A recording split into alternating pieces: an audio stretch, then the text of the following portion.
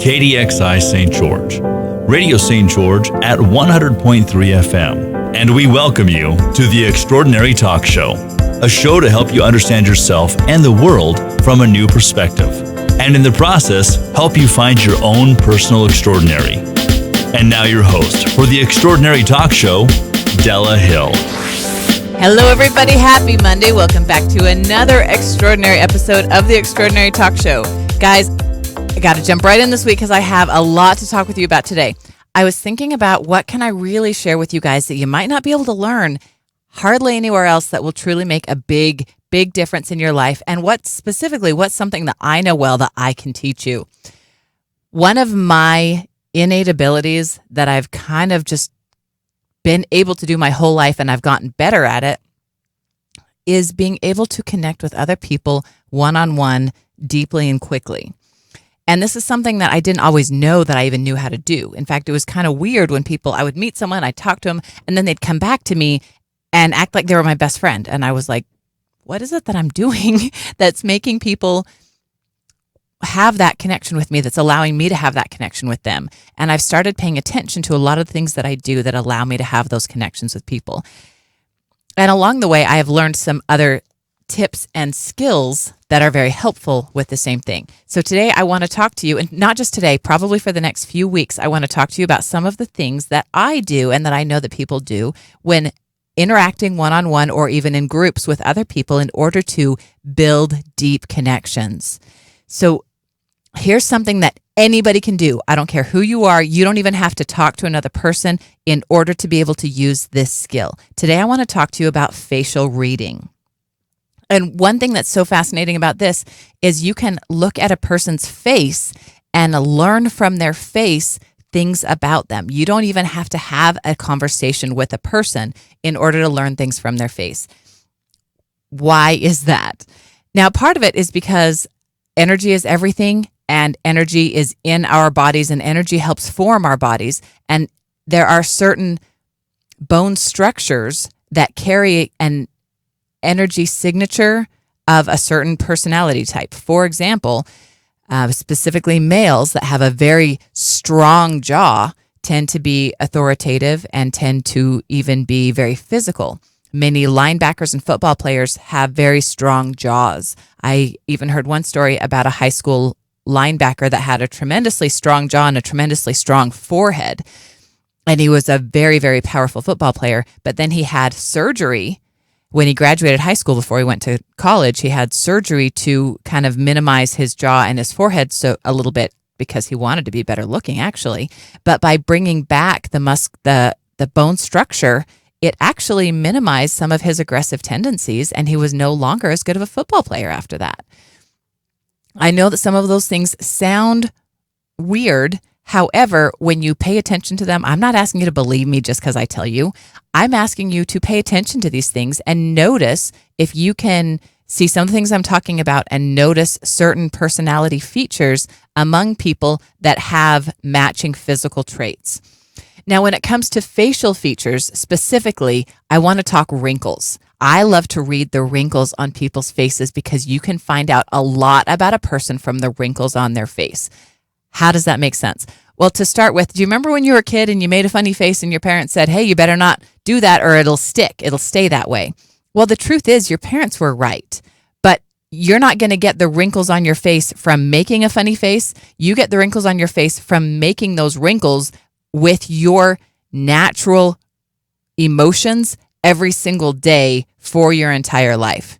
Every single time you feel joy, you feel happy, and you have a big smile, you're probably going to create lines by the side of your eye, off to the side where you might see crow's feet. Now, what's going to happen is if you smile with joy every single day of your life, every time you smile, it's going to create those smile lines by your face, by the side of your mouth, and the crow's lines to the side of your eyes. And when you do that every single day for years and years and years and years, those wrinkles begin to stick. Those wrinkles begin to stay.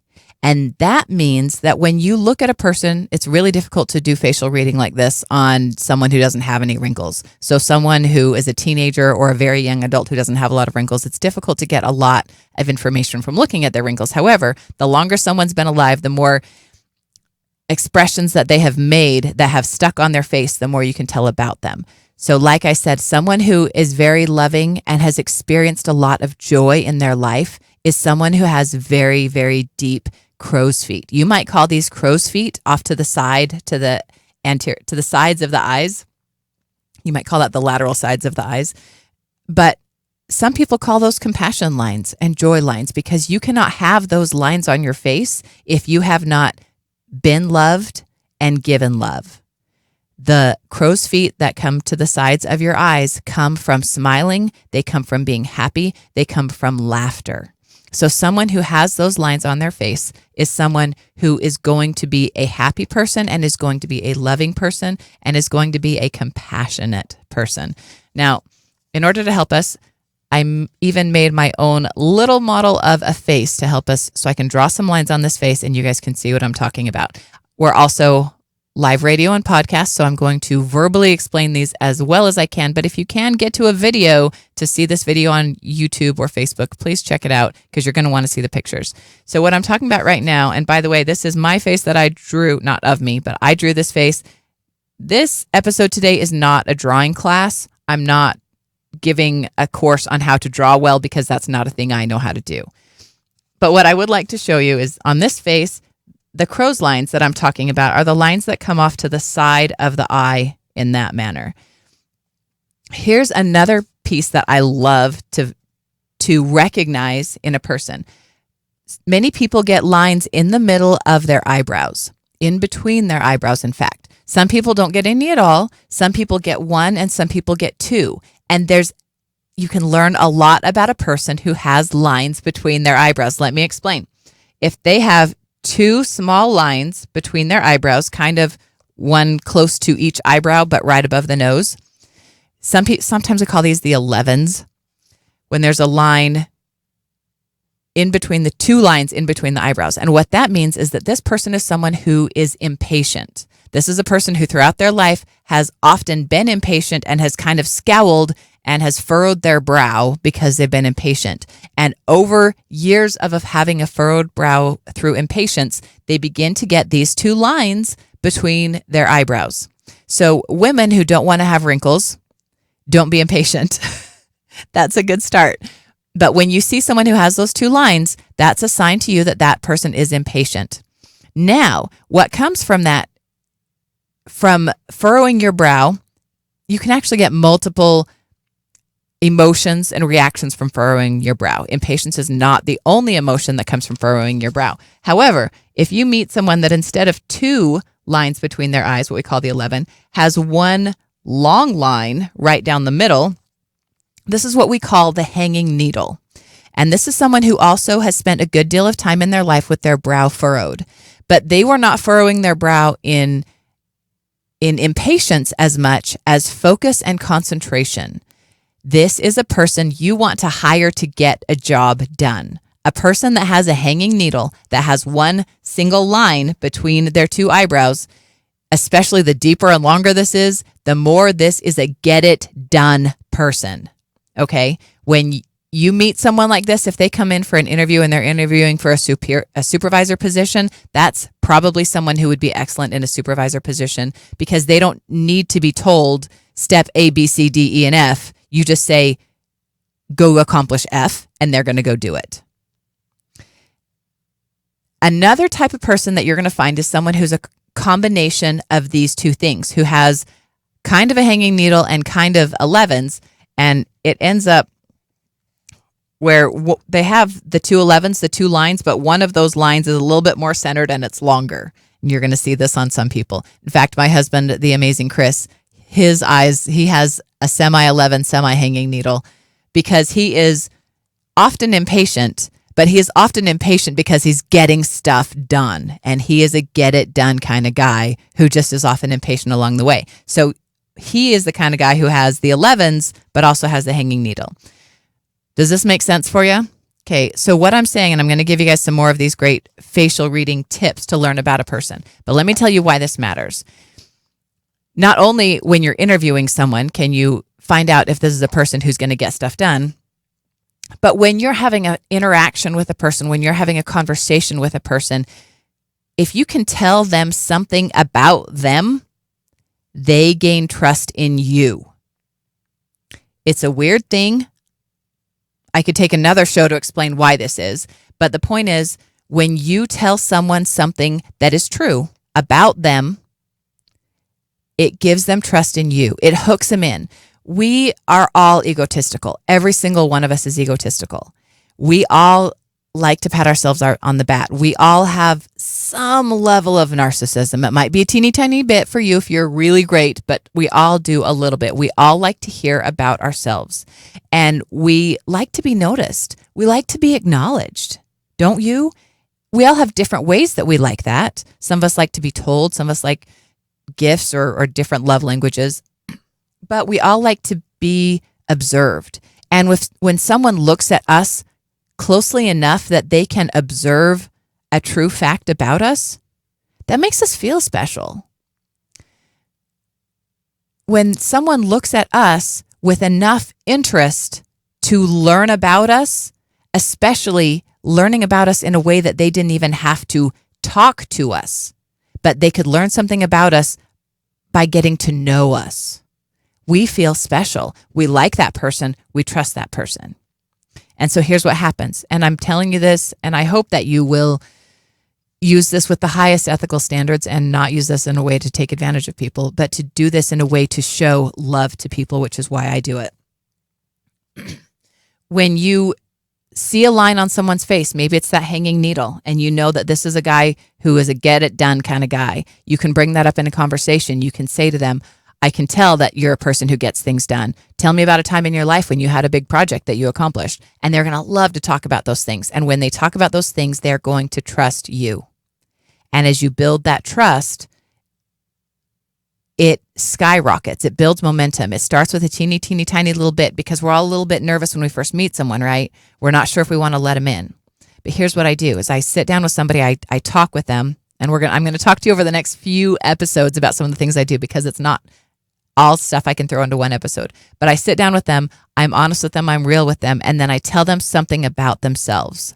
And I can do this by reading their face, or I can do this by using my intuition about them, or I can do this by gaining from the conversation, reading in between the lines the things that they haven't necessarily said, but the things that they are meaning to say. And then when you repeat back to them something that they essentially told you about themselves without using words to do it, they gain a tremendous amount of trust in you. And when I do this, they gain a tremendous amount of trust in me. And then it really builds a foundation to move forward for growth. Because when I build that relationship with someone, they're more willing to listen to me. For example, if I do this with my home health patients, if I go in and I can establish a relationship of trust immediately, then when I advise them about their health, they're more willing to listen to me. And just like I always tell you, don't believe me just because I say it. I want you to feel good about what I'm telling you. I want you to know that this is right for you. I say all those same things too. But it does definitely help me build those relationships when I'm going into someone's home and who's sick, who needs help. I need to be able to build a relationship with them quickly, and a strong relationship of trust quickly. And these are the skills that I use for that. So let me go back to the facial reading and show you some more of these really, really cool things that you can learn about a person by looking at them. Here's one. Very often people have this line between the side of their nose down to the edge of their lip. And it's going to be a diagonal line from the bottom corner of their nose down to the bottom corner of their mouth. And it's usually on both sides, and not everyone has this. This line, we get it from smiling, and you see it a lot in cartoons. It's very easy to draw in cartoons and help outline the mouth.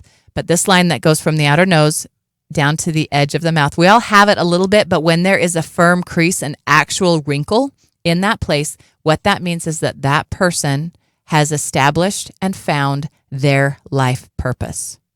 And that is a fantastic hook to begin a conversation with somebody. You could just sit on the bus next to somebody who has those lines, sit down with them and immediately begin a conversation with them about their life purpose. In under 15 seconds, you are in. Simply because you looked at their face and you recognized a fact about them based on their wrinkles. How crazy is that? Okay, here's another one. When they have an arched bow over their eyebrow, that looks kind of like that. When I say an arched bow, I mean a line that's not straight, but it's not as curved as a C would be. It's a cross between a straight line and a C, like a bow. Like if you were using a bow and arrow, it's kind of a C. And they're going to have that horizontally over an eyebrow. And that's going to be the eyebrow that they raise or lower when they're being skeptical. This is a person who is a skeptic. This is a person who is not going to believe everything the first time they hear it. This is a person who I hope listens to my show, because I don't want you to believe everything I tell you the first time I tell you. But you're going to find some people have lines all the way across their forehead, maybe multiple lines. These are thinking lines. People that have horizontal multiple lines across their forehead are people who think a lot. Now, that doesn't necessarily mean that they're smart, because some people think the same unintelligent thoughts over and over and over and over and over. We all have been guilty of that at some point or other. But people who have heavy lines all the way across their forehead are deep thinkers, concentrators, philosophers. If they only have a short one that goes over one eye, then that person is a skeptic. That is a person who thinks through something before they accept it or before they dismiss it. And that's a person who I appreciate. Here's another one. If you think about sadness, okay, we talked about happiness. If you have the crow's feet, the compassion lines over to the side of your eyes, that's a good sign. But what about sadness? How are you going to know when someone has been sad in their life? They actually create tear tracks. Deep, deep sadness creates deep tear tracks. And that means a line that goes from the outer corner of their eye all the way down their cheek, like this. This is deep grief. This is someone who has suffered severe loss. This is someone who has suffered severe pain that has that deep tear track running down, not just a little bit, but all the way down. If it's a short tear line like this, that's a little bit of sadness. That's someone who has experienced big sad or a little bit of sadness. In fact, your crow's feet, the more they're pointed up, the more they're going to be happy. The more they're pointed down, the more they're indicative of sadness. Sadness isn't necessarily a bad thing in your crow's feet lines, because someone who has experienced sadness is someone who can be compassionate to others who have experienced sadness. So sadness in the crow's feet is a sign that they have experienced sadness, but it's also a sign that they know how to be compassionate with others who are experiencing sadness. Now, your deep tracks, your deep tear tracks that run all the way down the face like this, absolutely indicative of deep sadness. A person who I can give you as a perfect example of this is the comedian Howie Mandel. And Howie Mandel has had a long career and is now a judge for America's Got Talent, which is one of the only TV shows I actually watch. And if you watch Howie, he's a comedian. This is really common for comedians, actually. Many comedians become comedians because they're so sad inside that they desperately seek to find a way to create laughter. And Howie's one of those guys. In fact, Howie has even admitted his own struggles with depression and anxiety and OCD and mental illness. And when you watch Howie, sometimes it's not there, because if he has a neutral facial expression, you might not see them. But when he smiles, when he laughs, you'll see these deep, deep tear tracks that run all the way from his eye down the side of his cheek. And that is a symbol of someone who has cried a lot of tears. And think about if you come into a conversation with someone that you've just barely met, but you can come in with that understanding, that can change how you're able to interact with that person. Here's another one. When you see little lines over the lip like this, below the nose, over the lip, you're going to have multiple short vertical lines. These are symbols of worry. This is someone, very often mothers. You're going to see this on mothers more often than on other people. It's a symbol of worry. This is someone who has worried about their children. Most of the time, they may have worried about other things, but most of the time, the main thing that we worry about is our kids. Now, the lips tell us a lot too. Ooh, the lips are really interesting because you're going to notice, even in the same family, siblings, and some of the siblings will have full lips and some will have very thin lips. And you think, well, if they have the same genetics, why is it that this brother has very full lips and this brother has very thin lips?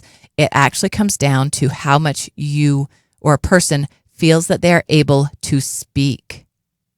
If a person, every time they try to speak their truth, every time they try to verbalize how they feel, if they're kind of shut down, what they're going to do is they're going to find themselves pressing their lips together a lot.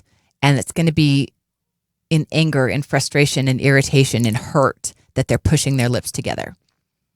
And in doing that over time, it actually makes their lips disappear. Specifically the top lip. If you meet someone that has no top lip, that their top lip is just a line of pink over their mouth, that is someone who has not been given the opportunity to speak their truth, especially as a child, but also as an adult. That is someone who has pressed their mouth closed as opposed to saying the things that they wanted to say. And that's really interesting. Another sign of that, specifically, this comes up more very often in women who feel that they aren't able to say as much as they want in their workplace, in their marriage, that because of their station in life, that they can't speak for themselves, they can't say the things that they want to say. They're going to have a line between the inner corner of their eye down to the side of their nose, like this. And you're going to see it on both sides of their nose.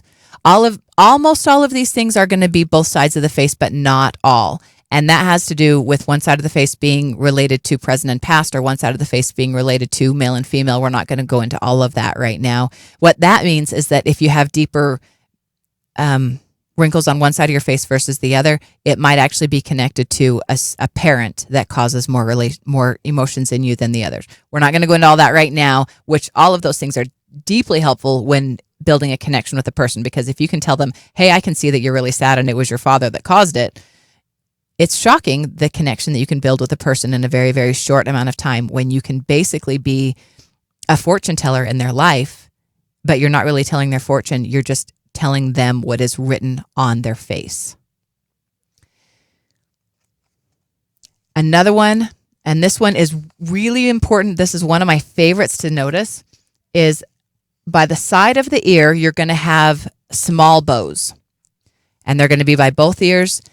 The small bows next to the ear, just in front of the ear. In fact, you can't even necessarily see it when you're looking at someone straight on. You're going to have them wait till they turn their head, and then you can see it on the side because it's at the very side of their face next to the ear, right there.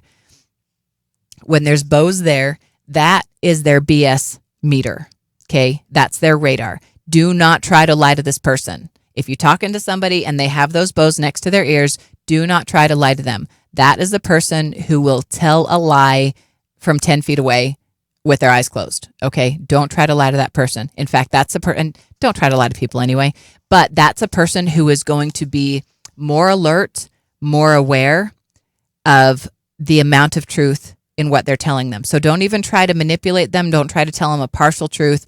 When they've got those bows by their ears, be straightforward with them, and they're going to appreciate that from you too. Some people don't always want to know the whole truth. Mothers, for example, they don't always want to know the whole truth about their kids, and it's better off that way most of the time. Not all the time. But when somebody has those bows by their ear, that is a person who appreciates honesty. And if they find out that you have been being dishonest with them, it's going to traumatize your relationship with them to the point that it may never be salvageable. So be honest anyway, but be very aware of people that have those bows by their ears because they're extra aware of those things. You might even find some people that have like crazy bows. They've got 5 or 6 of them and they're really long. That's someone who is so aware of lies. They've probably been lied to a lot to the point that they're actually paranoid about being lied to. And that's a person you want to use a lot of caution in talking to them and what you tell them. Always be honest with them, but in some cases, you also don't want to give them too much truth because it's going to make them worry and question what else there is. They're going to be paranoid about it. They're going to want to know more about that. Now, again, I'm not telling you to believe everything I say, but take some of these facial reading features that I've taught you over the last 20 minutes and practice them. Pay attention. You don't even have to talk to people. Just pay attention to the wrinkles on their face and find out what that tells you about them. And then try having a conversation with this person and see if it matches.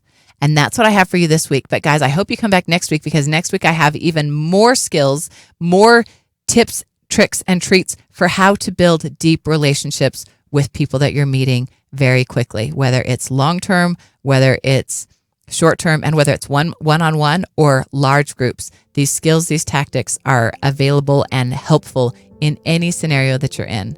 Guys, I thank you so much for being with me today. I want to remind you to check out our podcast, the YouTube channel, The Extraordinary Talk Show. Check us out on Facebook, YouTube, all over. We're here. And don't forget Radio St. George 100.3. And thanks to everybody here in the station for always making me feel welcome. I love you guys. Have a wonderful week.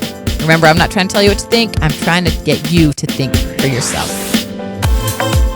You've been listening to The Extraordinary Talk Show with Della Hill. Search YouTube and Facebook, Spotify, or Podbean for video and podcasts of this show, or go to radiostgeorge.com. We'll see you next week for another edition of The Extraordinary Talk Show.